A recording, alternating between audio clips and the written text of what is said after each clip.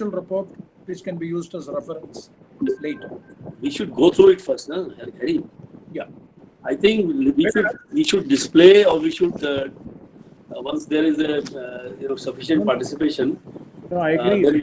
The participation is gone on increasing. That's not an issue.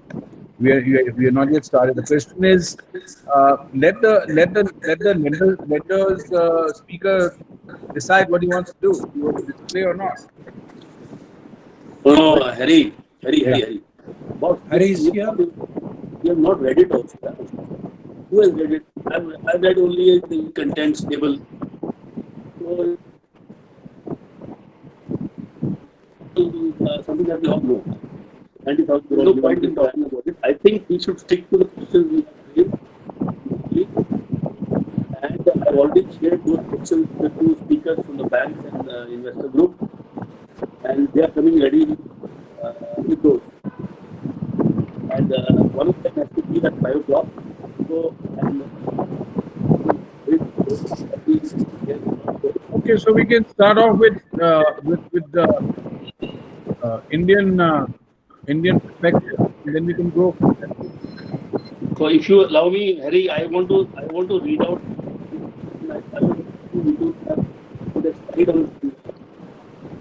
Yeah, you can. But do me a favor. Are you on Skype or something? Because your voice is not clear. No, I am on Google. Yeah, I mean I'm on Zoom. Whatever is the. Okay. So then you read out slowly so that we can all hear what you're saying. Go ahead. Let me just welcome everybody. But we only have 6 participants. Sunil, welcome. Yeah. Let me just welcome everybody. Second in the series of webinars that we are doing. Today's topic is rather interesting because we're looking at what is going to be the impact of the post-COVID-19, particularly from the financial point of view, the lenders and what their perspectives are. We'd love to hear that. And perhaps recalibrate our business strategy depending on what they think is the way forward. Over to you, Sunil. Over to you. No, I'm actually welcome everyone.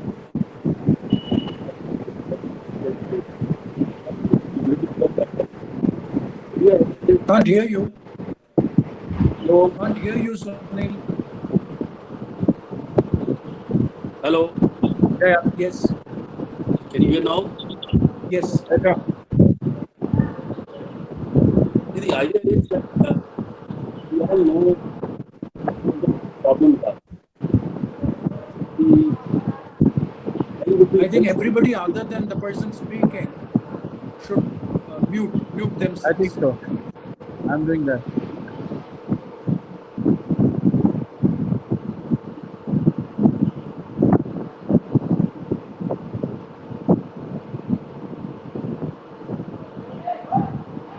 Is everyone muted? Yeah, this is nice. So can you hear me, Harry? If you can just kind of wave your hand. Very much so. Very clear, sir. Thank you. Thank you. So now from hearing, please now listen. Okay. So the point is that this 2 hours of webinar, I think we will spend our time much better, not really cribbing and talking about what has gone wrong. Hello, can you hear me? You go ahead. If you're going to ask us, can you hear me every time? There'll be a problem. I see something. We can hear you. Different on the screen. So let us therefore, keeping in mind what will aggravate in the coming months due to COVID, try and think through as to what could be those solutions which are not just dreams or in the air, but which are workable. So the first point, therefore, I would like to have all speakers address, including some of the audience who want to speak rather than asking questions, is that the COVID is going to compound the gravity of DISCOM's already sad state of financials. So what are the top 2 or 3 workable solutions that come to your mind to tackle this on a sustainable basis, not just quick fixes?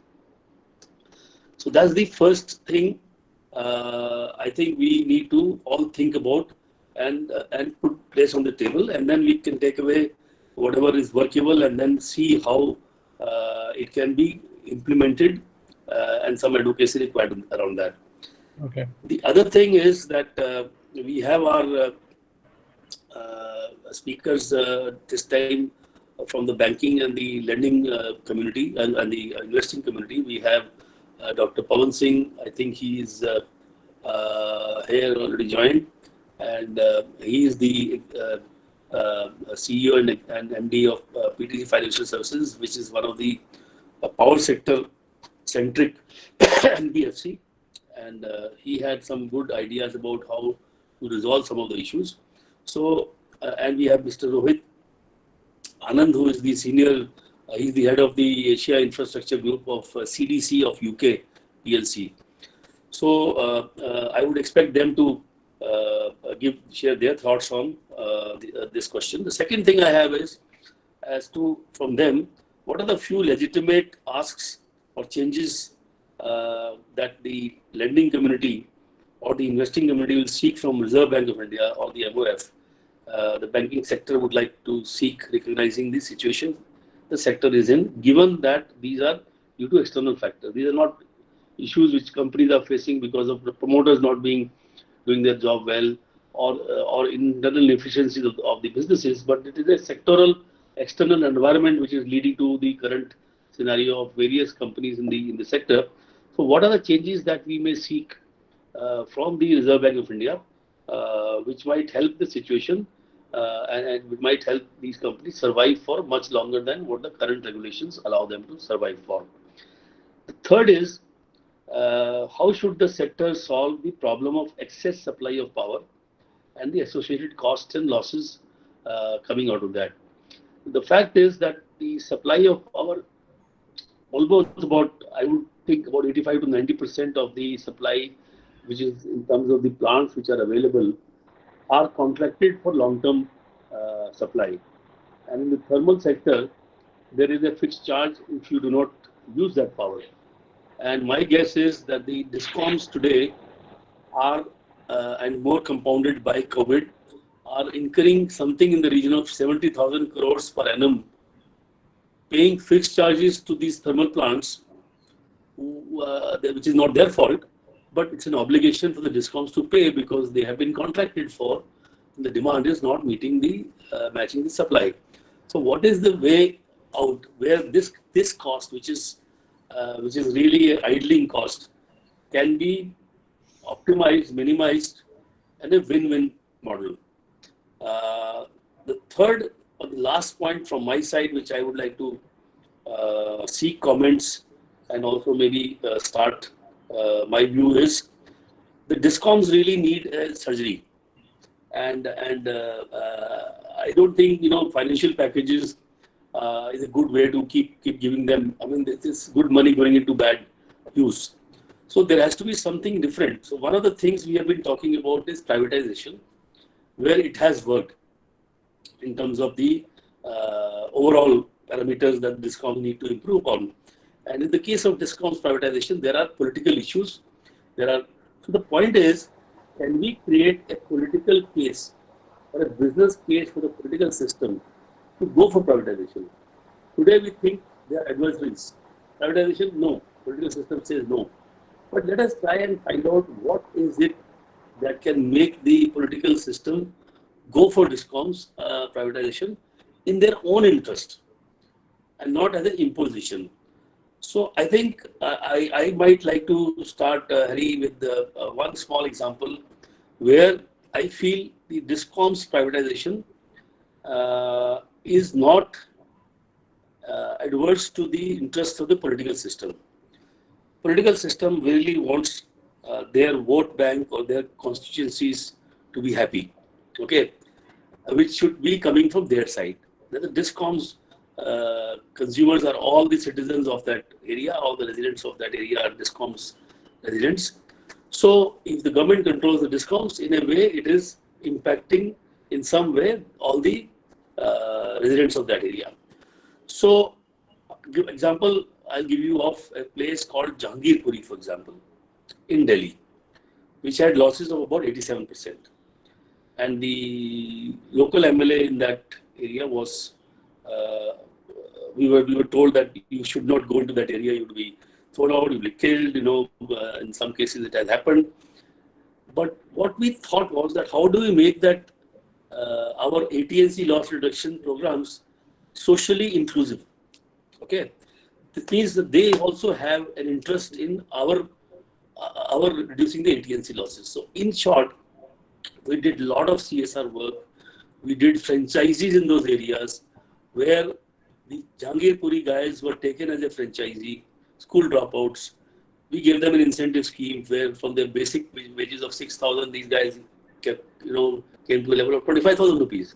And the losses, can you believe, and I couldn't believe for the first time, in 2 years came down to 20%. Now, this local MLA earlier used to earn votes because of letting people steal electricity. Now, he was giving the community income almost twice as much as our bills were through the livelihood schemes that we promoted as DISCOM. Remember, the DISCOMs connect with the people is as much as the governments connect with the people, because everyone living in that area is your consumer. So you can be having CSR programs, you can have reason to connect with your consumers, ultimately getting connected with everyone.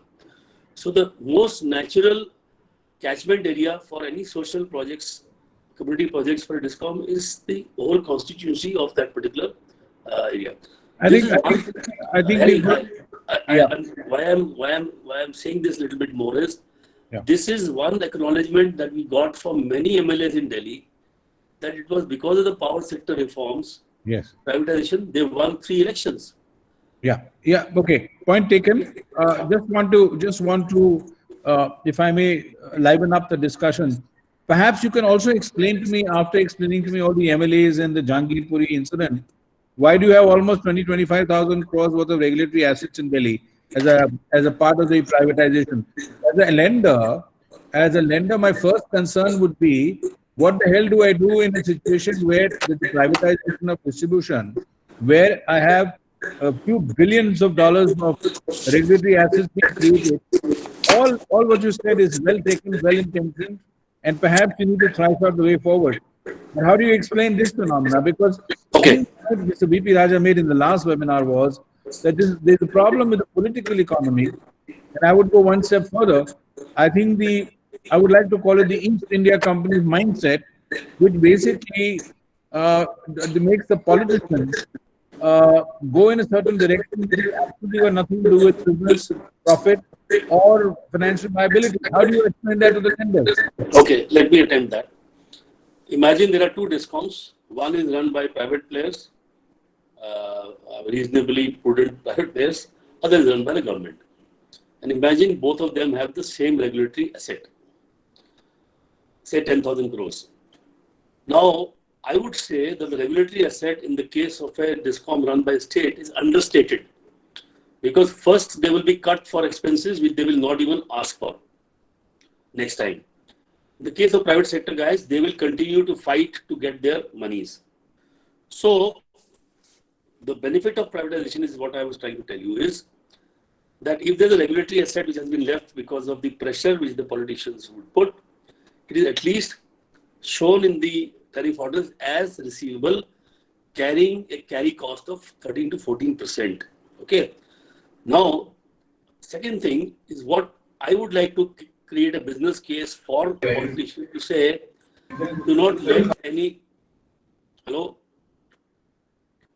I would be, if I was in the shoes of a politician, I would rather let the tariff be set the way it is to be set by the regulatory commissions. Okay, Sunil, thanks. I think it's very valuable that you're going to be a politician. We look forward to that. May I have the some inputs from Hemant, please? Because Hemant has to sail off at 5. I want Hemant to quickly react because he's been interacting with lenders for a long time. Hemant, your quick points, and we'll move on to the next stage. Okay, so just a couple of things that I had in mind. One is, of course, the right set of incentives need to be created for privatization. Is that a solution? Maybe it is, because the political economy today is, getting so strong over the existing DISCOMs that, true reform or true change is not being brought about.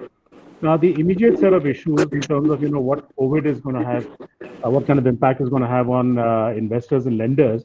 I think the question to be asked is this short term or medium term, or actually a much more longer term impact? The immediate impact everybody knows that the cash flows of discoms have been affected. Is this going to last for a while? People still obviously are waiting for the lockdown to lift and industries to reopen, see what happens to the demand, etc. But I suspect what's happening is that there will now be a fair amount of surplus generation and surplus generating capacity, surplus power, and also with the continuing aggressive shift to renewables, right? Uh, I think the investors will need to look at the distribution and the generation space right. The valuations, the cash flow assumptions, in my mind, and of course, I think this is where some of the investors will need to comment and ratify. But to my mind, I think these have a medium to long-term impact, not just a very short-term immediate impact. There will be some amount of rebound, but certainly not the same level that we had seen earlier. So the consumption, both at domestic, commercial, and industrial level, I think is going to go down. This is a serious concern, and this is a direct consequence of the COVID sort of the pandemic. I think it'll be important to get some kind of thought on this from some of the investors, some of the bankers, the lenders who might be on this call or even otherwise, as to what is their perception. Okay, so basically what you're saying is that the lenders need to look at this from a long-term point of view. But I still haven't got clarity from you, Hemant, on what is the mood of the lenders now, keeping in mind that all kinds of generators and everybody else has been taking very seriously and under the IBC code even before the lockdown and announcements that were made. What do you have to say on that? I think the lenders are cautiously, I won't say pessimistic completely, but they're extremely cautious and conservative. I think the pandemic has clearly, pushed down their realization expectations. But more importantly, interestingly, from the equity investors' perspective, I think the interest is still high. So what we've seen in Orissa, for example, so Tatas are scheduled to take over the operations today, I believe. I think the Delhi sale of Reliance's Discom is going ahead with a certain amount of speed. There are, I think, enough people who are interested in looking at acquiring that distribution asset. As we speak on the whole privatization of future privatization of some of the discoms, or even the franchisee or the sub-licensee arrangements, I've been speaking to several potential investors in that space.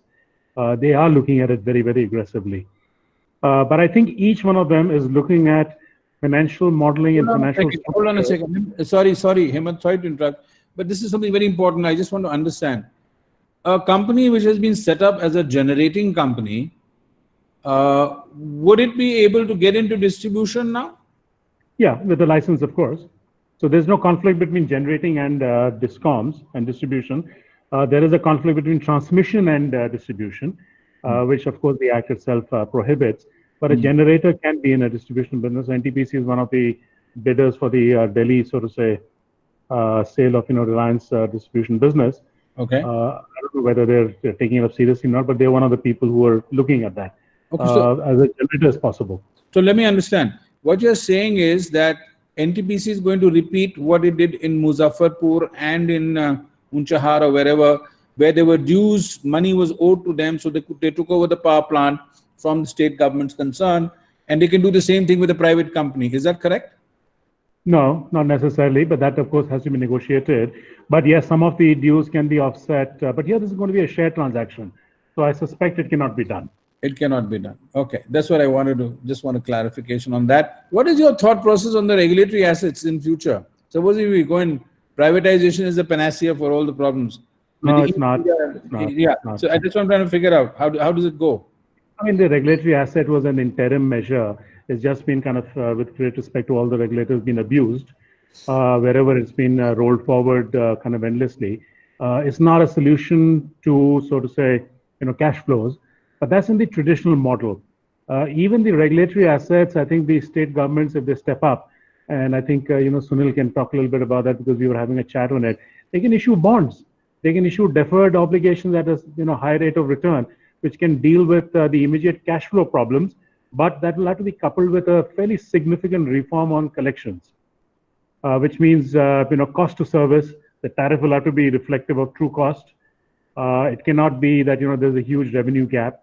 The whole subsidy from the governments needs to be dealt with in a realistic manner, not just on paper. So I think some of these are being dealt with in the proposed reforms and the amendments to the Electricity Act. Yeah. But ultimately, it boils down to a cash flow management, effective cash flow management. Right now, the discoms are not talking about any return on investment. They're struggling to just get enough money to pay their current dues. But I think this requires financial engineering, and I think there will be some solutions possible. I was just speaking to somebody earlier today, and amazingly, he said that in Brazil, every discom has turned corner. Each of the discoms is profitable. Now, Brazil can do it, so can India. No, I understand that. One sec, Sunil, just one sec. There's one more thought I just want to lay on the table. So what you're basically saying is that people can buy the bonds. The question is, the bonds of private companies will obviously have to be of AAA rated companies for people to subscribe to them. And obviously, the rate of return on the bonds will have to be very, very attractive for people to get excited. So obviously, that's going to add to the cost, isn't it? So I was thinking actually more of the government discoms, where government guaranteed bonds can be issued, right? And Right. this is Sunil's idea, so Sunil will talk more about it. I don't want to take authorship on this idea, but yes, fundamentally that is something that can be structured. Fundamentally, if there's today, for example, REC is saying that we'll give PFC is saying we'll give 90,000 crores to the discoms with the state government guarantee. The state government can come up with their own bonds to meet their cash flow, the current outstandings. Yeah. And I think if it's a 10-year bond, it gives them enough time to improve their collections. So, okay. So what you're saying is you're looking at government discoms. But I'm talking about, when you talk about privatization, in privatization bonds, who will subscribe to them?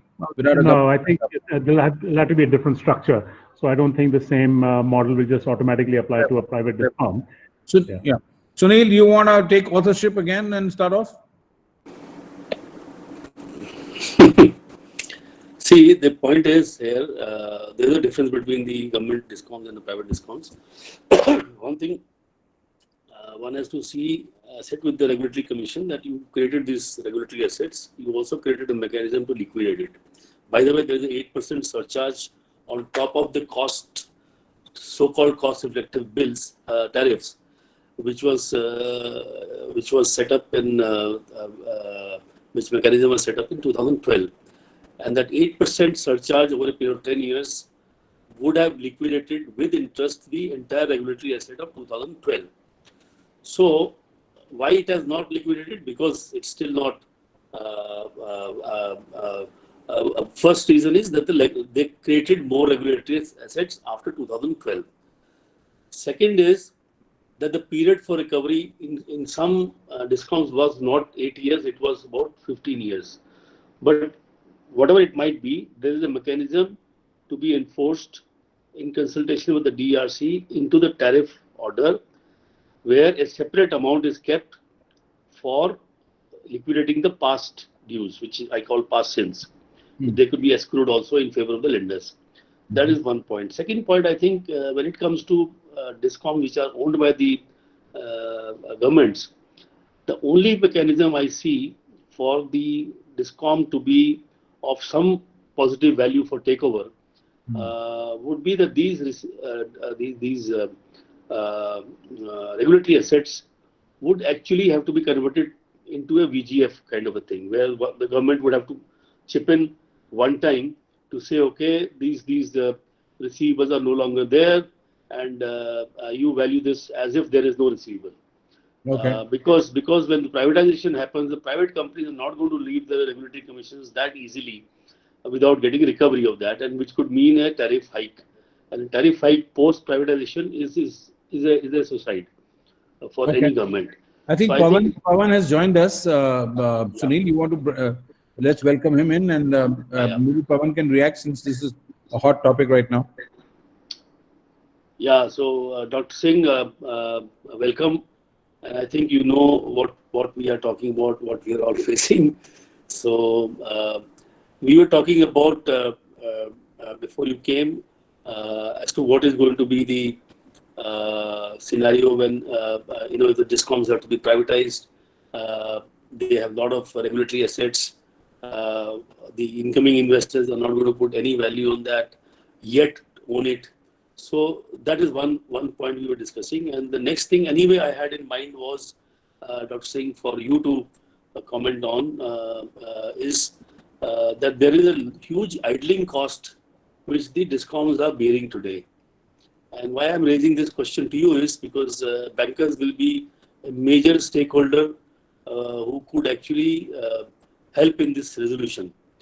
So the discoms are paying something like, in my view, about 60 to 70,000 crores per annum for power, which is not being dispatched because they have an obligation of fixed charges.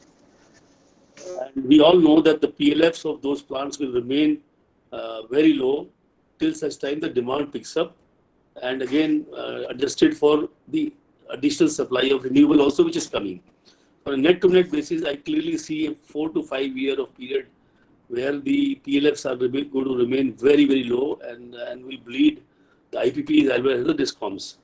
So if one were to look at some sort of a renegotiation or entering into a suspension mode for these plants, and also request the bankers to go into sleep mode, both for, the better word these days is moratorium, both in terms of principal and interest, so that the depreciation and interest cost during these suspension period is come down to zero and reduce the O&M costs and expect the ROE to be also slightly lower.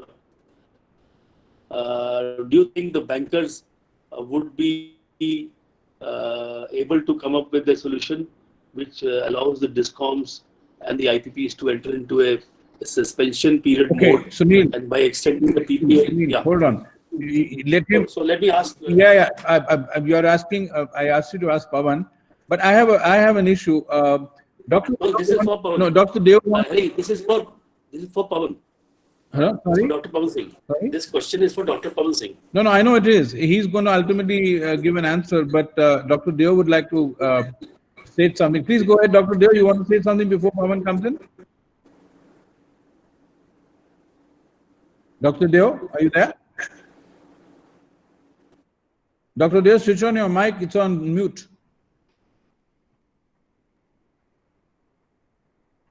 Okay, I think we've. I think I have done it now. Yeah, go ahead.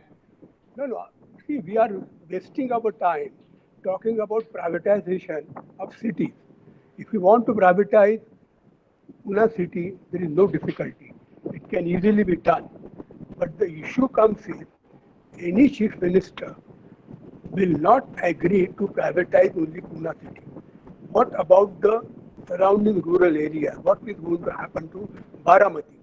Now, this is the difficulty because all the states have created one discom, because what they have done, they may have more discom, but they have got one common buyer. So legally it is okay.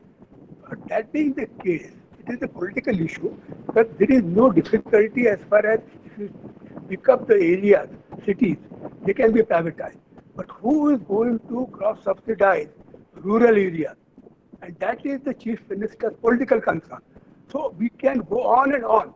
I don't see any difficulty in privatizing cities. But why a chief minister will agree to that? Because he has to have same tariff for a group of consumers, whether they are from one city or the other city or in the rural areas. So consumer category wise, that is an issue. And who is going to bear the burden of cross-subsidy or agriculture? And also like drinking water supply scheme. So that is a real political issue of economy. So why, if we just decide to privatize the urban area, there is no difficulty. But what will happen politically? That's my simple this thing. Okay, I think that's a valid point. I think Pawanji, you can address both these issues.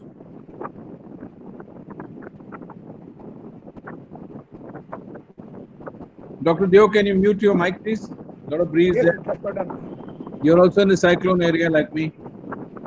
Yes, yes. Pavanji, are you there? Sunil?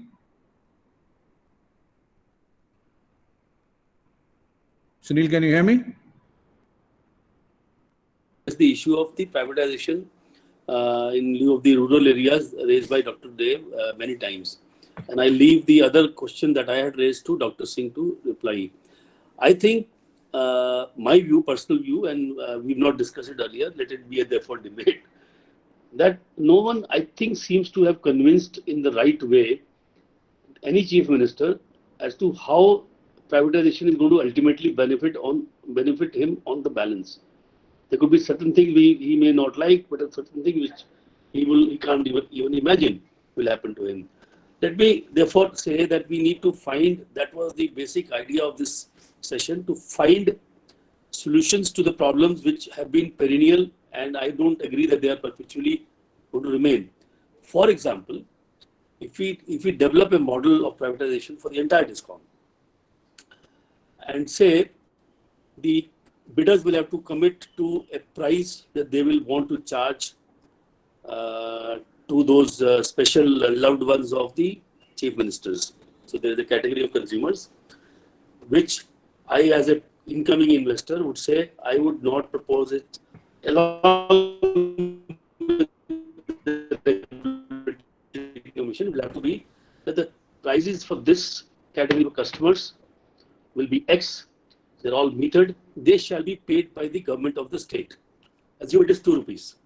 So I am going to be saying, committing, I will charge only 2 rupees to this set of customers.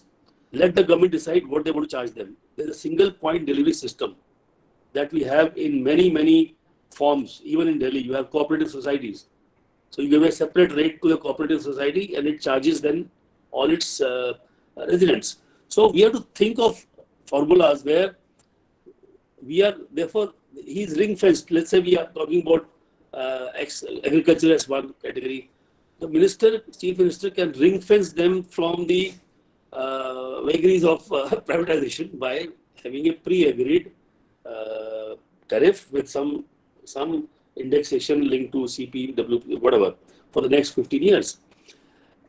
Now, the network, if it is maintained by a private sector, the chief minister will definitely agree will be much better than what it is being maintained today. 24/7 supply, he will therefore be able to ensure to his constituency or the vote bank, because it is the private sector guys who would like to earn more. Now, there are many ways. You can always say that there will be a cost subsidy which will be adjusted and XYZ. My point is, look at the models which have worked where politicians have been happy after privatization. Try to pick up, extract those elements, customize it for different states. So I therefore do not agree that, or alternatively, you can always give urban areas as privatization with a commitment to take over the rural over a period of 5 years. This was suggested by us to the consultants to UP, saying the reasons we don't want to take rural, or you don't want to give us rural. In fact, they wanted the entire privatization. Commit to every guy who's taking the urban circle to take over the rural circles in a radius of, say, 100 kilometers or whatever. And then the impediments of taking over can be removed in the next 5 years or so. So I think we need to deliberate. Maybe there could be one session only for looking at what possible solutions can be there to incentivize and make it work for the political system also to privatize. Over to Dr. Singh.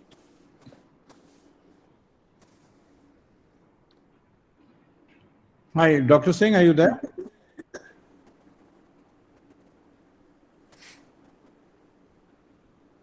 Hello? Sunil, is Dr. Singh there? I got a message. He's there. Rohit is there. I think we can ask Rohit. Okay. Rohit Anand, as I introduced, is the head of the Asia for the infrastructure group of CDC of UK. So Rohit, Hi, welcome, and happy to have your thoughts and comments on the subject that we have today. Sure. Hi, can you hear me? Yep. Yes. Okay, good.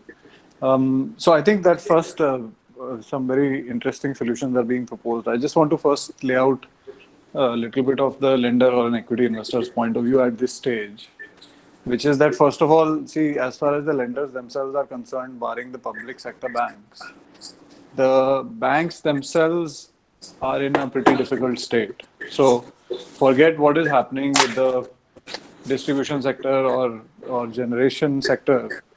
Your lenders themselves are in a weak financial footing, right? And that you can have a spectrum from the strongest, from the SBI to the weakest to maybe some of the smaller banks.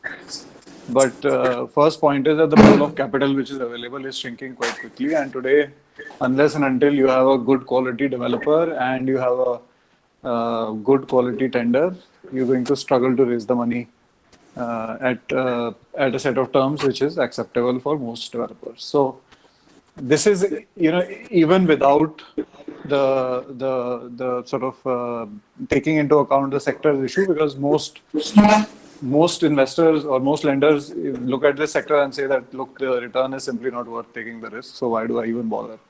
I'll just go and do home loans or I'll do some other kind of financing, and this is not worth the pain in life.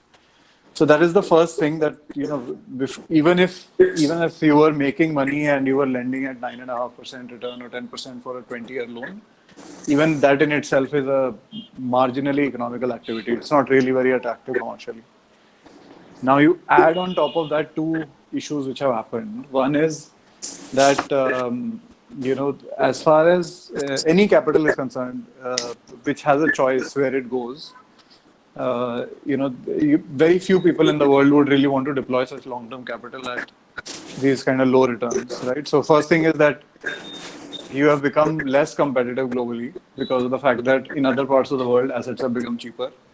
So, but the same thing has not happened here, right? So it's not as if you can lend now at 12% as if you were lending at 9% earlier. It's still the same kind of rate of return. So that's the first thing, that relatively the position has weakened. And then the second point is that this DISCOM issue has only accelerated, as you've already very clearly pointed out.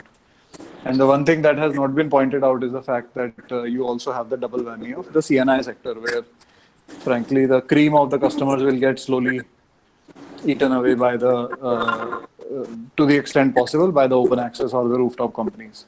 So that once it starts really scaling up, that will again create another problem, because your profit-making pool of customers will slowly start going away.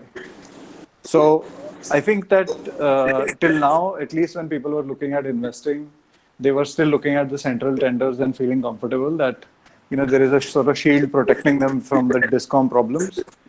I think now both equity investors and lenders alike will be looking at the contract terms very, very carefully to see that what risk is actually being taken by the intermediating agency and what risk is actually still coming directly to them. So if the PPA is being modified so that the nodal agency says that, look, if the DISCOM doesn't pay, then it's not my problem, it's your problem, then clearly the nodal agency itself is acknowledging the fact that it's a risk that even they are not willing to take as a government entity. So how can you be expected to take that as a private investor? So I think that those are just, I'm stating the problem. Like you said in the beginning, we should not crib, but I've still spent a couple of minutes cribbing. Then Please feel free to crib. We are all I think that, see, if you look at it, the other thing is around the issue of transmission privatization, distribution privatization, especially in emerging markets, is probably the toughest place to make money, not just in India, right? So this is, while privatization is definitely creates the right incentives for people to not let theft happen or not let the sort of realizations be lowered beyond what they should be, it is by far and away the most difficult sector for a private investor to run, because one is that there is very little sort of success, I would say, financial success of investing in distribution assets of this complexity. There are some examples, but by and large, it has been a tough thing to invest in. And the second bit is that for infrastructure investors really are looking to invest in something that is, I would say, not extremely complex to implement, right? So it's power plant is sort of one box where you can supply the electricity and receive money for the next 25 years. Distribution is a different game altogether. So even if it has to be privatized, I think that some ideas with the way that you were describing earlier should be explored or thought about more, which is one is that investors want clarity, right? So nobody wants uncertainty. You can live with the fact that if you know I'm going to charge this person 20% of the normal tariff versus this person I'll charge 150% of the normal tariff. But what you don't want to live with is who will I be able to charge and who I won't be able to charge. I think that because that you cannot price. You can still price 2 rupees per kilowatt hour or whatever number it is. It might be lower, but you can come up with a value. Unlike if you don't know who you can charge, then you have a real problem. So I think that those are the kind of solutions maybe are the right ones, which is to take an area where A, there are enough people with paying capacity, and B, then set out those kind of rules where you have a very clear tariff schedule and you give the investors a sort of long-term clarity on the concession. And then there will be certain places which simply will not be economical. So, it doesn't have to be privatized everywhere. I mean, even if you made, like by an 80-20 rule, if you took the top, 30, 40 places and you made them efficient enough, then you would still be okay or in a much better position than you are right now. So I would say that is the more attractive solution as against thinking about wholesale privatization of the entire distribution system.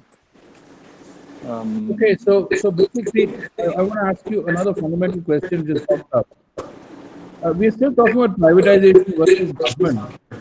Are we talking anywhere about being competitive? Are we talking about contingent carriage? Are we talking about consumer choice anywhere in any of these models, or we are going to continue with the same dinosaur, whether it's privately owned or publicly owned? What's your thought? I think clearly, if that can be reached, that is where the let's say more advanced markets, all of them are, where you can go on the website and sort of it gives you 10 options and you select the cheapest. But you will probably be better aware than me on the what has been the speed of progress on this content and carriage separation and where the roadblocks are. Okay, I think your reaction is very much a lenderisk reaction, and I'm very happy to hear that. I think Pawan Singh has joined us. Let's hear Pawan's thoughts on the matter. Pawanji, would you like us to recant what you said so far, or you're okay? Pawanji, are you there? Is your mic on, Pawan? Sunil, I'm having trouble with getting to the Pawan. Neetu, if you can just call him and check. Is he facing some problem? He joined twice. Yeah, can you hear me now? I think this should be better. Yeah, except Pawan, just tilt the your computer a little bit so we can see you. Go ahead. Yeah, so very interesting observation by Sunil, because he has looked at the whole thing from a very different idea. Because, ultimately we can't be throwing baby out of the bathwater. So thermal has to, if, long run survive, it has to have re-engineering done. And a time like this where PLFs, as he rightly made a point that PLFs have fallen down to 48% and so on.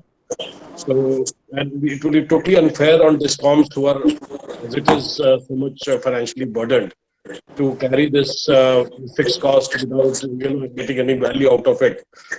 So best would be to find a win-win model where thermal generators and the discoms and the financial institutions come together and they kind of work on a fixed cost model, which is the fixed cost would comprise of return on equity and the interest charges and of course the depreciation charges, which takes care of the principal repayment. So when we restructure this loans, maybe a moratorium of 2 years or 3 years till the time the PLF pick up, and the one-time restructuring can be allowed by RBI. So that should enable discoms to substantially lower than fixed cost by approximately, my own guess would be back of an envelope calculation, about 25 to 30% reduction should be possible very easily. And it also helps in DISCOM from improving their financial position coming out of the problem. So that is what we should be doing, rather than allow, because of a regulatory provision which is there, because of that, allow substantial drainage of cash flow from all stakeholders. Nobody wins in the end. And coming back to the point of regulatory asset getting supported by the bonds, it will be very difficult to my mind, because as it is, DISCOM bonds are having no value, because most of these discounts would get, except probably, I don't know what is the position of NDP, Tata PDL today, because that used to be one of the only discounts having A rating. So most of the discounts are either at best BBB or non-investment grade. So to have, and that also to have the regulatory asset being subscribed in form of bond would be fairly challenging, irrespective of the fact whether they have a state government guarantee backing that or not. That doesn't really add so much of value to this kind of a regulatory asset. Probably a more novel method would be required. We allow the ARCs to take over, because see, ARCs can take over the regulatory assets. They can make their own risk assessment, and they kind of like they take a fees, upfront fees, and they take fees also on as and when the cash flows start happening, which clears the DISCOM of their of their own balance sheet, the suppliers of their own balance sheet. So they at least are able to. It would be kind of a bill discounting upfront which would happen. So this would be one way of looking at liquidating the regulatory asset, where of course a little bit of haircut on the part of power supplier, but he gets his money, he improves his cash flow. So these are the two suggestions which I would like to make. Third, I would like to compliment IPPAI, because last seminar we made a point on it's the only country where the regulator insists on not having both. It insists on having expected credit loss and NPA both, and you have to do provisioning higher of the door both. So last time when we made this point, probably you had taken it up with the RBI. Now RBI has come with a clarification, and they have almost got, not halfway, but they have gone 75%, and they have clarified this that now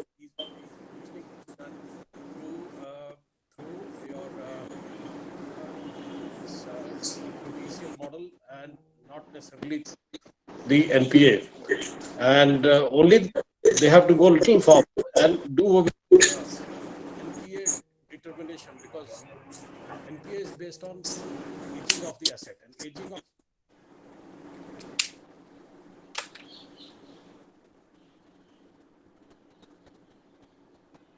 Pawanji, just hold on. Your mic got muted. Go ahead. Pawanji, hold on. Your mic is muted. Hold on, Pawanji. Hold on. Can you unmute your mic, please?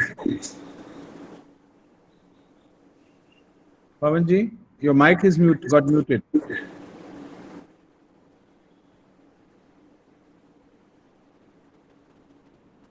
Yeah, just unmute your mic. Yeah. Okay, go ahead. You were on a very interesting point on the RBI, and that was one half the house. Let me just ask you to look at the June 2019 circular, where they're asking lenders to look at the possibility of restructuring, which includes finding ways and means of perhaps giving additional finance to projects which the banker thinks will be able to come out. My problem is this: throughout the battle we had with the court, with the RBI, we had this issue about how does a bank certify? Pawan, are you there? Yeah. Can you hear me? Okay, good. Sunil, just mute your mic for a minute, please. Yeah.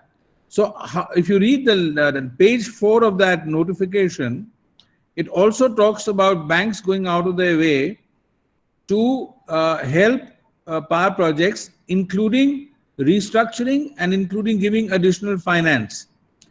Bankers, when I talk to them off the record, tell me that it's easier for them to give a certificate saying that these are systemic problems which the bank can't resolve, nor can the promoter. It's easier to take it to IBC. What are your thoughts on that? What can be the way forward? What can the government do? Because I must say the government is very, very proactive, and this government has taken a lot of good steps. So they are looking for solutions. What are your thoughts? See, IBC so far has not given very good result as far as the power sector goes, because we in our company have tried all methodologies. We have tried IBC, we have tried one-time settlement, we have tried ARC, we have also tried to take out assets through Samadha. So our experience with IBC is that there is overall average recovery has been in the range of 40 to 60%. In case of IBC, it has been only about 5 to 10%. So what happens, the whole process of, because see, there is a value to the asset, this is where it is forgotten. So there are examples where projects are completed, yes, there it is fine, you can take it to IBC and the PPAs are there, there's a lot of clarity, probably, one will get a good bid. But there are projects which maybe 80% or 85, 90% complete. If I take it to IBC, not more than 5%. Most of them are going into liquidation. Okay. So that is where it has to be one size fit all cannot be right. So projects which are not complete. Sorry to interrupt. Your face has disappeared. I think your camera has been shifted again. Somebody's got a hand there. I had to choose between camera because I had to put this whole thing because I was not audible. So you were very audible before, and you were looking good also. You're looking great. No. You're looking good. Fantastic. That is lovely. I could hear you. Boliye. Go ahead.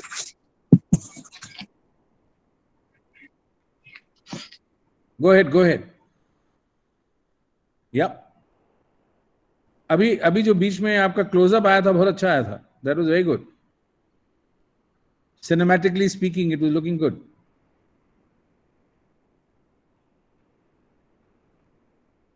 Yes. Hello. Yeah. Yes, go ahead. So you will have to bear with not seeing my face. So, I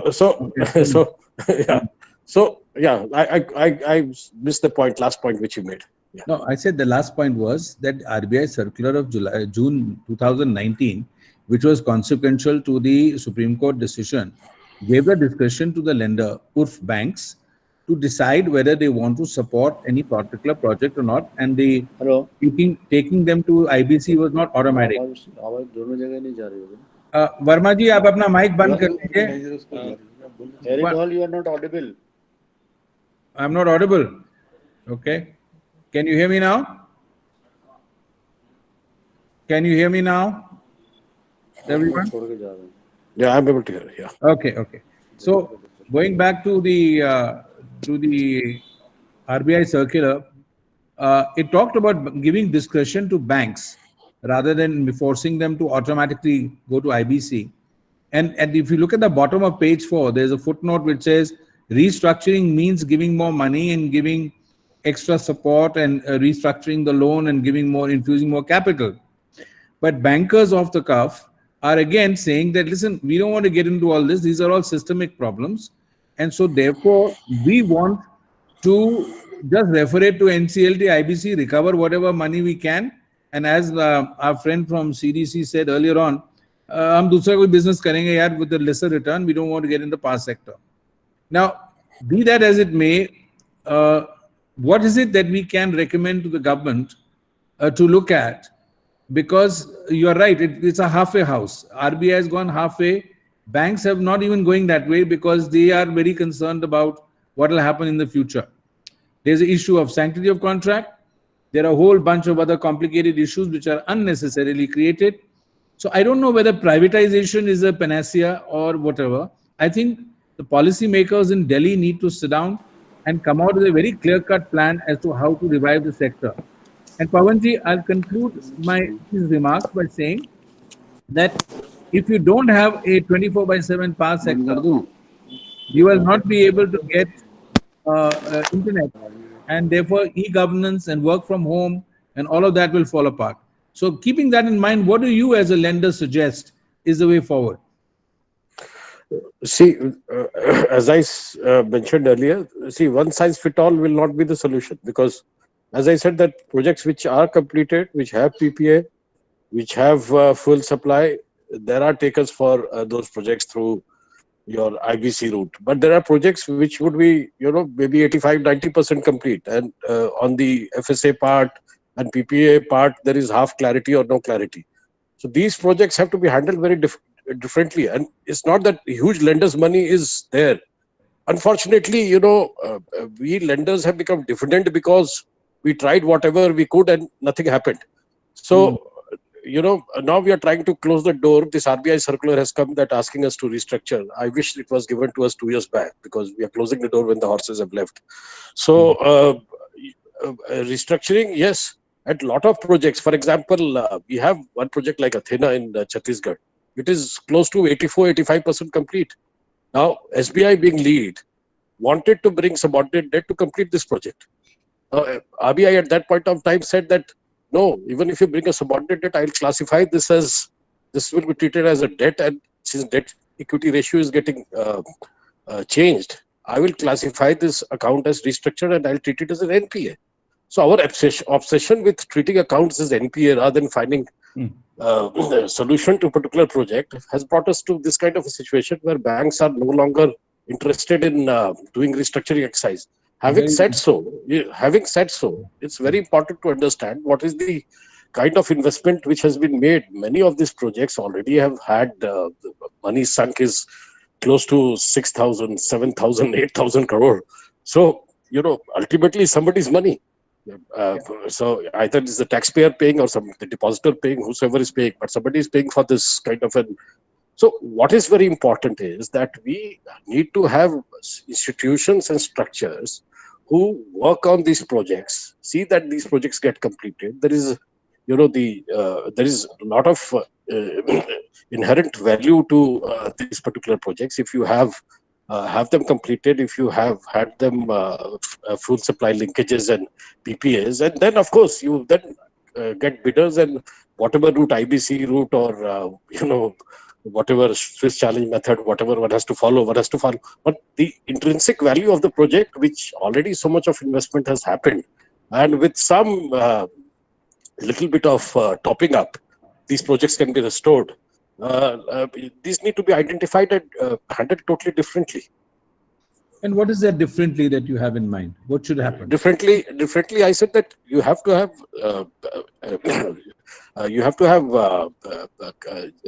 institutions and organizations in place. Asset restriction, not only restructured ARC companies buying assets, but ARC companies who are able to restore assets and then add value to it and then put it in the market for sale. Do you think PTC Financial would be one of those companies that will be looking at that if you're specialized? No, see, you need an AIF for this purpose. We are an NBFC, so probably we'll have to create an SPV below us, or somebody else creates an SPV, or we join hand with some other institutions and create SPV. We and maybe our project developer joins hand with us, and we can create an SPV. We will be open to that idea. But only thing is that we alone will not be able to do it. Neither we have that size nor we have competence. So it has to be, developer joining hands. Yes, we can work on the financial arrangement. I think it's a very valuable point. One sec. Sunil ji, एक second. This is a very, very valuable point and a very valuable suggestion, because what is happening is ARCs are picking up these projects, but they have no expertise how to run them, and therefore. What Pawan is saying is extremely valuable. So I completely agree with you. I think one of my big takeaways from this discussion today is that we should have some sort of a consortium of lenders as well as those who know how to operate these plants, so that then they can infuse money into it and make sure the valuable asset is put into use. Go ahead, Sunil. No, my question was to Dr. Pawan. When you said that if, let us say, a case like Athena, where the bank is not being allowed to top up further funds to complete the project, and if you complete the project, it has a value. So what is this AIF that you mentioned, Alternate Investment Fund? Is that something which is already in the policy allowed by RBI that they are allowed to take it over and then complete? How would that work? Because this is something very, very important. I remember one small project of 15 megawatts hydro. The bank said, I can't give you more money because your transmission agreement is not signed, some dispute. And they didn't allow the work to come to carry on for 2 more years. Now, in the process, the whole value is lost. So, just tell me about this AIF a little bit more. No, see, AIF as an institution is allowed by RBI. And AIFs today function more as, they function more as a quasi debt providers who are there in the market for a while, say 7 years, 8 years, 5 years, and so on. And after that, the fund is wound up. That is how it operates. Now, we don't have specific AIFs working on asset restorations. Now, probably, here, because and these assets are very, especially when you're talking about thermal power sector and hydropower sector, they are large size assets, thousands of crores. So probably, a small AIF, it was mentioned that why not we have that, development capability, nor we will have that financial bandwidth. So for one AIF to have this kind of bandwidth to take one big project like this would be very difficult. And that is where the lenders who have lent to these projects need to support AIF structure. Somebody takes a lead, they need to support it. And of course, the developers join, one developer joins the bandwagon and completes the project. And then, it is put for sale. And then, if a particular AIF, if it has kind of, taken care of 4 or 5 projects like this and added value to it and made, good fees, say 4%, 5%, 6% on the entire thing. And then, he has been able to not only restore the project, add value to the project, and in the process, he has, given decent return to his investors. Okay, very interesting. Rohit, you want to come in? As a possible solution, Rohit? I think Rohit had to leave at 5, he said. Oh, but he's still connected. Yeah, if he's connected, Rohit? Is Hemant there, or Hemant also had to leave at 5, is it? Okay, let's take, may I ask VP Raja sir to intervene? Mr. Raja?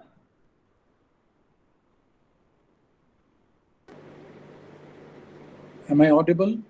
Yes, VP, go right ahead.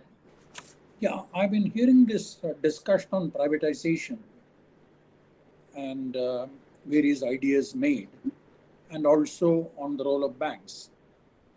But the point to be kept in mind is that it's necessary to take a very comprehensive view of things.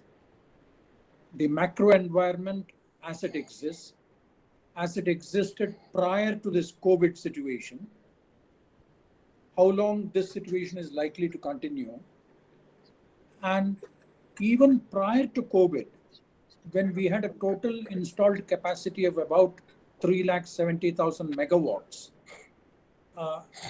at the best of times, when the demand was maximum, what was scheduled was just about 50% of that, 1,58,000 megawatts or so. Now that situation has become much worse, thanks to COVID and the lockdown. So basically, on the supply side, COVID has not really had much of an impact as far as the power generating availability factor is concerned. The generating stations are all have that availability factor. What would have gone down is the plant load factor because of demand collapsing. So what really needs to be done is there's a lot of work to be done by these people who are good in statistics and analytics. Luckily, certain people would have come up in this field thanks to the deviation settlement mechanism for renewables, which got introduced a few years ago, making forecasting mandatory. Because of that, a set of people would have developed, and these are the people who need to be given a lot of work by individual generating companies. And the starting point has to be to study the load curves date-wise as it existed prior to the COVID coming.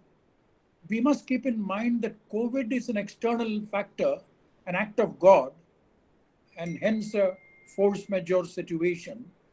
So all contracts, the party which is adversely affected in litigation will invoke a force majeure clause. So we must keep in mind that contracts during this period are really not enforceable because of the act of God, which is what any court will decide as far as COVID is concerned. So as far as the power sector is concerned, it's not a supply side issue. It is basically a demand side issue. So at this time, we already have stressed assets. We already have, it's good in the long run. They should all be made healthy. But when is the time to do it? So time frame is very important. How do we define a short time period, a medium time period, and a long time period? Let's say the short time period will be next 1 year. Let's say the next 4 quarters. How is the demand going to pick up? A lot of analysis needs to be done, starting with load curves. First at an aggregate level, then disaggregated in the form of industrial load, commercial load, agricultural load, residential load, etc. Now, even factories, Indian industry, particularly in the private sector, now I'm talking of people dependent on power, but not the power sector per se. Not the power sector per se. A lot of them, over the years, over the last 20 years, both on the vendor side as well as the marketing side. On the vendor side, they've all been, a lot of them have been working through ancillaries and small scale units, etc., supplying them particular components. On the marketing side, they've been using a merchandising method. Now, many of them would have got adversely affected thanks to these migrant laborers leaving Maharashtra, Gujarat, Bangalore, the real industrial hubs. The contract labor, which was perhaps doing a whole lot of work, have all gone to Uttar Pradesh and Bihar now. Now, that will be different sector-wise, but some analysis needs to be done with whatever data is available. So even if everything is unlocked, some things may revive in 3 months' time, some things may revive in 6 months' time. A lot depends on how demand revives and the logistics. Other thing is, but a positive side, this so-called work from home, as TCS has already announced, that 75% of the staff will work from home even after COVID, after everything is normalized. Now, this kind of a thing will change the character of so-called residential loads. To put it very simply, power quality becomes more and more important. From the point of view of international IT companies, let it be either Google or Microsoft or anybody, the advantage is you can employ anybody in the world, somebody in a small village, paying much less for those standards. But what they will need is good quality power. By quality, I don't mean only voltage and frequency. You need to look into harmonics. Because most programs or artificial intelligence and machine learning programs are basically algorithms built on numerical analysis, where any function can be made into a series, like a converging series, where Mr. every Raja, term is lesser than the previous term. So harmonics and power quality becomes important as a point where investment is required. I agree. Sir, I want your reaction on the new idea that's come up, that we need to have ARC type of organizations which support the government, and these financial institutions don't know how to run power plants. So some sort of a consortium to be put together in place for each power project, where the lenders come together with perhaps the existing or the future promoters, along with technical expertise, to revive these projects, complete them where they're not completed, so that there's real value. What is your thought process on that? It's a good idea. It's a good idea. A lot of it finally depends on Implementation. I won't say implementation. It's a good idea. You know, as I see it, without stating so, I don't want to get into ideology and the political debate. Yes. In spite of that, the way I see things seem to be happening, without anybody stating so, is that there is a greater and greater reliance on oligarchs, the so-called big companies, partly because they have the capacity to do it. Yes. And I get a feeling that that is the thinking at the top level, or at the level of people who really take decisions, without making it political or ideological. Right. The people who have the But then capacity to perhaps deliver. their thinking is colored by the fact that these big oligarchs have the cash to be able to, or the money to be able to pump in to revive these big projects, which are very expensive. Exactly. So the motive may be genuine without getting into the political discussion of it. Right. So that is certainly a way forward. It's something like the way the United States developed during the time of Vanderbilt and Rockefeller and Ford, etc. That kind of a development model. But and you can get a clue of that even Mr. in the Raja, recent Mr. Raja, amendments. let me throw another spanner in the works here. Vanderbilts and Rockefellers were in a capitalist society which respected, worshipped private capital, and still does. We are suffering from a mindset of what I call the East India Company mindset, that public theek hai, private chor hai. So how do we get that mindset sorted out? I have a feeling that it's people of my generation who suffer from that mindset, because we were I'm glad you admitted that. Okay. We were brought up as Nehruvians. I think the younger people are by and large market oriented in the thinking. They have no philosophical grievance against market. The only thing is, what is happening right now? What is happening right now? This migrant issue, the entire equality issue coming out in the open, could create a problem for government to move in that direction. They might have to wait for a little while to spread, or really provide a fair amount of money for equity through a direct benefit transfer, or because at this point of time in the Amartya Sen Jagdish Bhagwati debate, at this point of time, Amartya Sen seems to be winning. Who is not the economist of the government. Right. So what you're really saying is government must create a situation where power projects, lenders can have a holding pattern which will be supported by government. That's what you're really saying. That's right. Sunil, your points, and Dr. Deo after that. No, I really don't know much about this AIF as to who is going to be the Sunil, you're on bad fire. bank You're on behind fire. it. There's smoke coming out of your place, whatever you're doing. Oh, I'm so sorry. Okay. I was worried about you. No. So I think the concept somewhere around that we're talking about bad banks taking over the loans and the ARC. So there's a combination of all the three. ARCs normally don't come at the construction stage, take out the main bankers.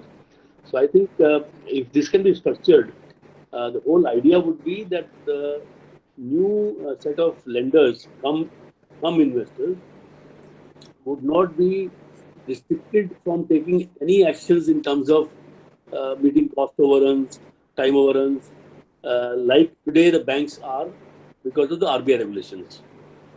So either the new structure is created or the RBI itself relooks at these provisions of NPAs and all that and sort of looks at the external factors rather than just kind of mechanical application of the rules. So question therefore is, if they can allow some other entities like AIFs, they could also allow the banks to function in that capacity, in that way, at some point of time in the project execution. But I think so it's really the question of completing the project on time. But the bigger thing still remains in the power sector is, if the project gets completed, is it going to be scheduled? So unless it's a solar project. So and the most of the projects which are stuck up today are not solar; they're all thermal or. Okay. So basically, what you're saying is that we have got two takeaways, Sunil, very useful takeaways. With regard to distribution companies privatization, we have some takeaways and new ideas, right? And we are looking at, and those are basically about the ARC and the financial AIF and all that. The second one is on the idea of, thank you, Sunil, we heard you stirring your sugar. The second one is about the restructuring to be done by banks and government and other agencies, which would then look at ways and means to revive each and every project, because we need these projects in the long run. And therefore, also, why should the banks and others lose value? Is Pawan Singh still there? Okay.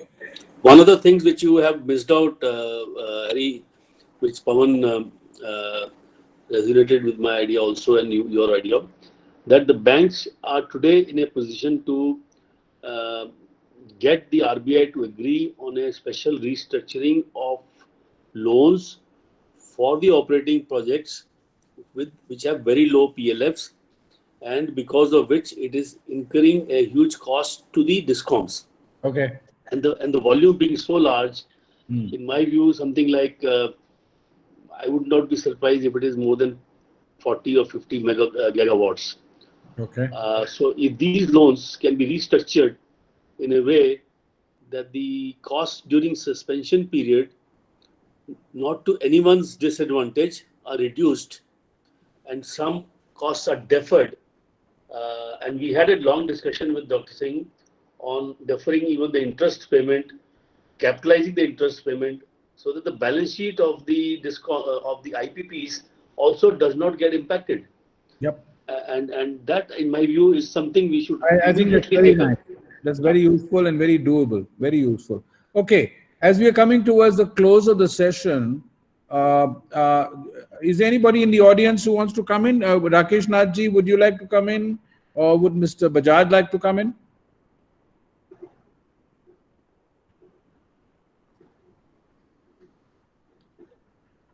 Okay, since there's anyone else. I want to make just two quick points. Yes, Rakesh. One was the comment of Dr. Dev. That Yeah. I'm there.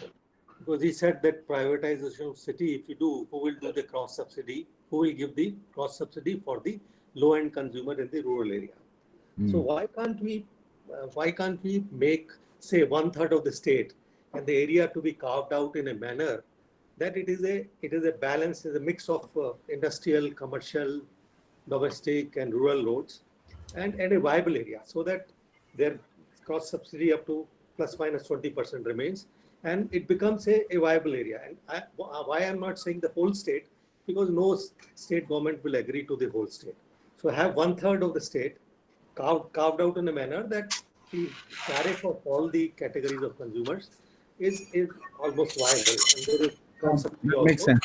That makes sense. Yeah. And also there is a model, because then if it succeeds, then the other people in the other area will also say, why don't you privatize us? Okay. So that is one comment I want to make. The second comment is about the force majeure, COVID situation being considered as force majeure for not paying the fixed charges. Now, is that really because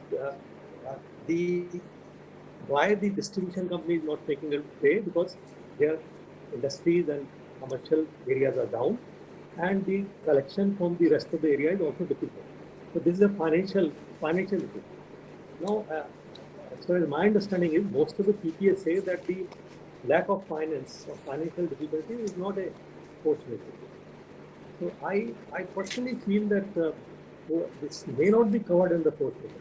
It's another thing that the generators and the distribution company and the government come to, by mutual discussion, come to some understanding and agree to defer or maybe reduce the return for some time. That is another matter.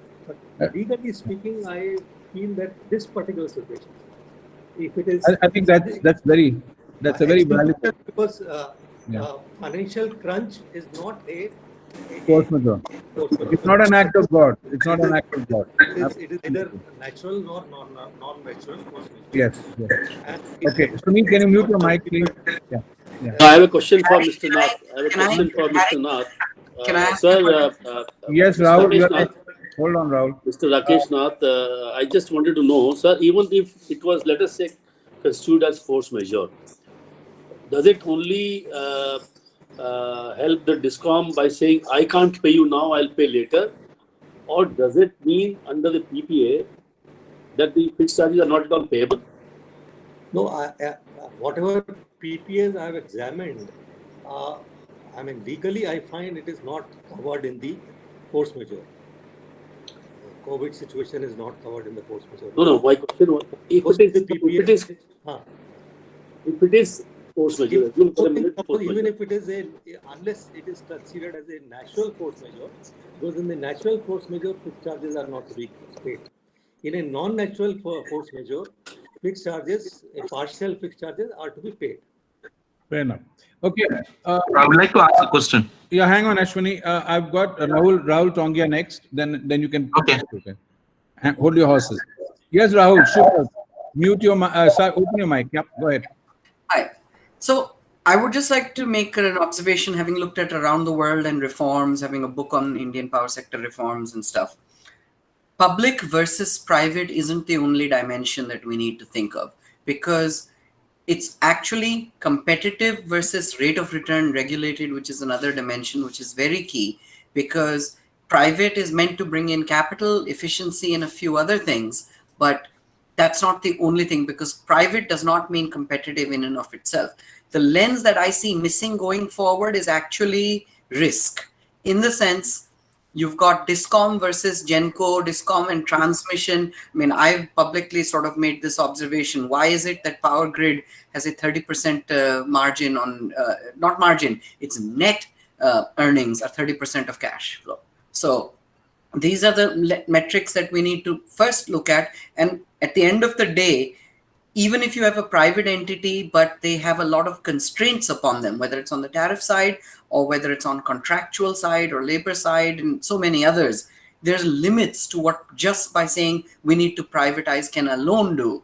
And there are cases, not as much unfortunately in the power sector, where public entities have delivered better than the average. So the complementary side of this is India's heterogeneity actually needs more nimble frameworks, because just saying this is the solution is not always the solution for everyone. Fair point. I think very valuable. Ashwini, you want to come in? Yes. I probably wanted to ask, what is the next step of the infusion of 90,000 crores to the DISCOMs, which were announced by the Finance Ministry, which was, I think, to be paid to DISCOMs in 2 installments. You mean next steps means as in how it is being done, or when is it being done? What's the question? How is it going to affect the DISCOMs, or is it been fair enough to pay them or not? Oh, okay. Anyone from finance? Pavanji, if you're there. Yeah. See, basically, this is to liquidate the generator dues, both renewable and non-renewable. So ultimately, the request has to come from the generating company who have outstanding against the DISCOM. Sorry, so can you switch off your video maybe, or at least for me, it's very breaking. Is Yeah, it no, it is breaking for everybody. I'll translate it. Basically, what he's saying is the request has to come from some of the guys who are owed money by the DISCOM. That's what I'm hearing. Am I right? Yeah, perfectly. So once that is received, the PFC will be releasing money directly to the generator. And ultimately, it will be a loan outstanding for the DISCOMs. DISCOMs will have to liquidate it over a period of time. They have given a tenor also now, 9.5% interest, tenor also, I think, over 10 years. Okay, So, Pavanji, question on behalf of Ashwini and the whole world. You know what the DISCOMs do is they create a dispute, or they say we don't confirm this amount. Then how do you sort that out? Does this cover that as well? Disputed and undisputed? no, this is a due which is to be endorsed by DISCOMs. Without their endorsement, PFC and RECs will not release money because their lenders Yeah. will So carry therefore, that due. so all they have to really do is say we don't agree with the numbers, and that's it. We're going to spin. Yeah, they can see without their vetting. I think PFC, REC will do their due diligence before disbursement. They will not, Yes. because ultimately they will be, since they are giving the money, they have to recover the money also. Yes, absolutely. So basically, if a dispute is created, you're done. Ashwini, are you happy with the answer? Not really. I was really Okay. concerned that whether this money is going to go to the discounts, or if it is going to go, then when? No, Because it's not. No. What Pavanji has explained is that the party concerned, which is owed money, has to make an application or a request or whatever. Then REC PFC will cross-check with the DISCOM that is this amount owed or not. If it is owed, then we will pay them directly. Am I right, no, Pavanji? at the beginning, Ashwini, does at the any beginning, DISCOM owe any money to you, Ashwini? that is not the question. Whether No, this, I'm just kind of developed. I owe discoms a lot of money, so I need to pay them. That's a separate part. My question was, there is already been decided that the discoms are in crunch of liquidity, and this liquidity has to reach them because of the Yeah, pandemic the issue. condition for disbursement is that this money will get directly paid to the DISCOM's creditors, which are IPPs. So this money is not going to improve their liquidity, except to the extent of only discharging their obligations. Okay. One other condition which I also read was that there should be an equivalent amount of dues in the DISCOM from the government side, the state government side. So that is the second condition. I'm a bit confused on this condition. If All right, Dr. let's get a Pawan, clarification on that. Can you yeah, guys Pawan, mute? Pavanji, Dr. Pawanji, Sunil, mute. Ashish ji, mute. Hanji. Pavanji, reaction. Yeah. No, I'm sorry, I couldn't get Sunil's question. Question ये है कि do you need to, how does the state government come into it? Number one. Number two, how is this disbursement going to take place is not clear, and when? How do you trigger it? No, disbursement is going to be first come. First come, first serve before the money runs out. Understood. Then? Hello?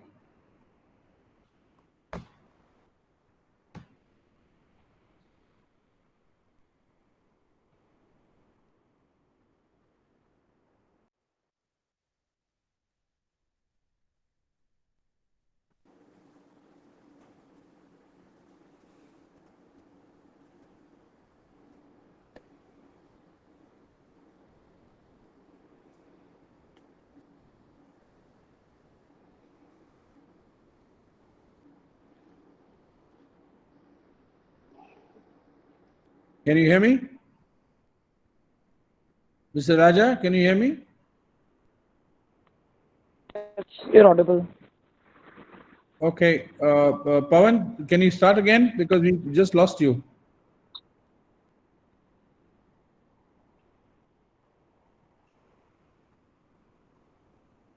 Can anybody hear Pawanji? Audible at all. No.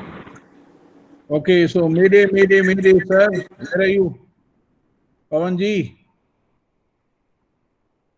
The lender's voice has been squelched again. Okay. Rahul, sorry, Dr. Deo, you want to come in?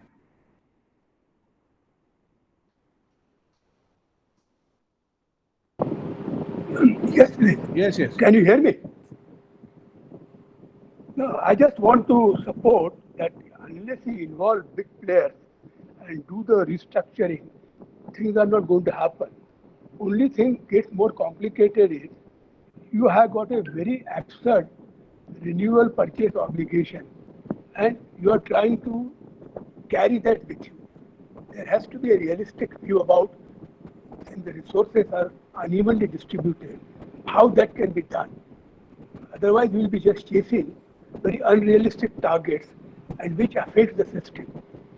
And as far as the Rakeshna's suggestion, you carve out a part in a state, try to balance the urban and rural, and try it out. That will work. In Maharashtra, obviously, we found that since all the industrial load is in the western Maharashtra, it's very difficult to do that. But this could be done at other places. At least try it as a pilot. So these are the things I would like to add for today's, I think, discussion. Thank you. Okay. All right. Anybody else wants to intervene, sir, before we do the closing remarks? Hemant, are you back? Sunil, closing remarks, please. No, nothing more actually. All I would say is that we all need to really look at solutions. Even if we get 2 or 3 good ideas per session. So, I think we've got a couple of very good ideas. yeah. And so, I think, so whatever we can think of and collectively come to something, and this is a very useful forum of this kind where we get all conflicting views are like exchanged, and then now finally we converge. So, so the focus, therefore, one is to look at how to basically restructure the regime of the discoms, whether it is privatization or private participation. There's one other thought I had was, which could be, I don't want to discuss too much now because then you'll cut me on the way, because I need at least half an hour to develop that. Yeah. Going forward, these discoms, if they are not in private hands, will face a big crunch on human skill, because these discoms, by their very nature, are not really very glamorous jobs for professionals, other than other motives that engineers or finance guys or whoever, accountants used to have. Those are now getting more and more limited because of the technology, prepaid metering and things like that. So how will they get more people when the existing staff okay, retires? so Sunil, I think that is what I was going to come to, is what are we going to discuss next in the seminar to come. I think we are going to have to redo another one on COVID-19 and beyond, because we have not really reached those conclusions and not had a chance to discuss. I'm going to request some of the participants, if they would like to come in as speakers next time, and to figure out what happens beyond COVID-19 with regard to the fact that industry, commerce, residential, discom collections, revenues, shortcomings, government not being able to support or being able to partially support some of these guys, state government budgets, money is being diverted, energy is being diverted to fight the COVID-19. So what happens afterwards? And once you open up the economy, how long will it take, if at all, months or years to get back to where you were? And in the meanwhile, what is going to happen to electricity surplus, so-called electricity, which is surplus, etc., etc. So I'm proposing another webinar on this. I'm open to suggestions. Maybe we should do it next Tuesday, if that's okay with everybody. The 8th of June, 4 o'clock. Not for me. Why? Not for Where are me. you, Mr. Wadhwa? I'm busy on the day, fully busy on the 8th. All right. We can have it on the 9th. 9th is We fine. can do it on the 9th. 9th looks better to me. 9 is a good number.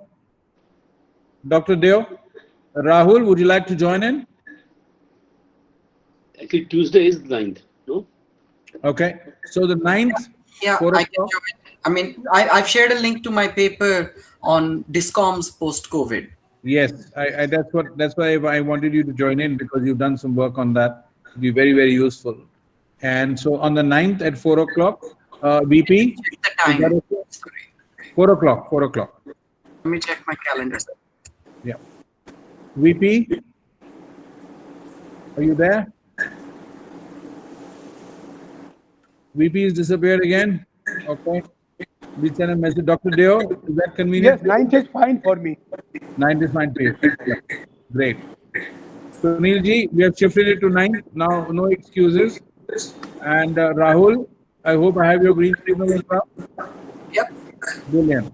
So Sunil, Rahul, and Dr. Deo have confirmed, and we're going to look at some others. In the meantime, let's circulate Rahul's paper for the 9th, and that will be very useful for discussions.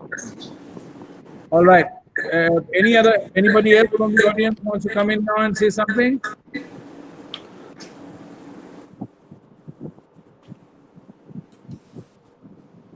No?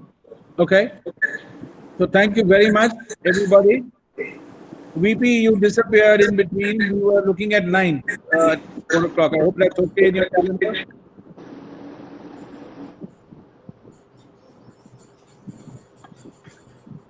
9th, VP.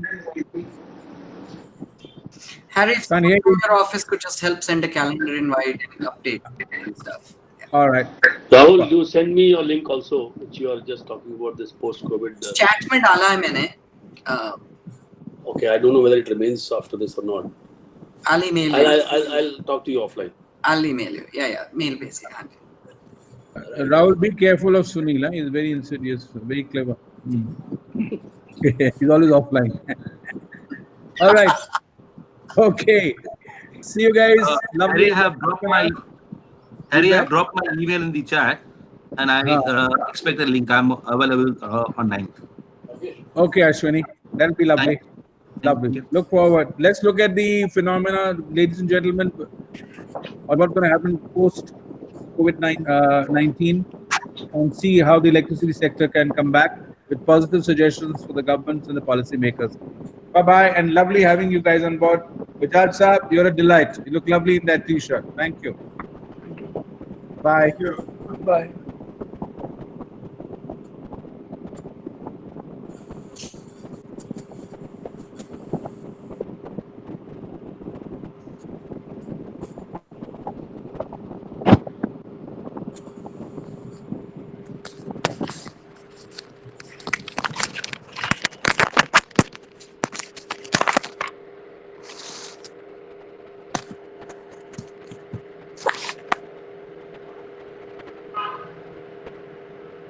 Bye, Ashok.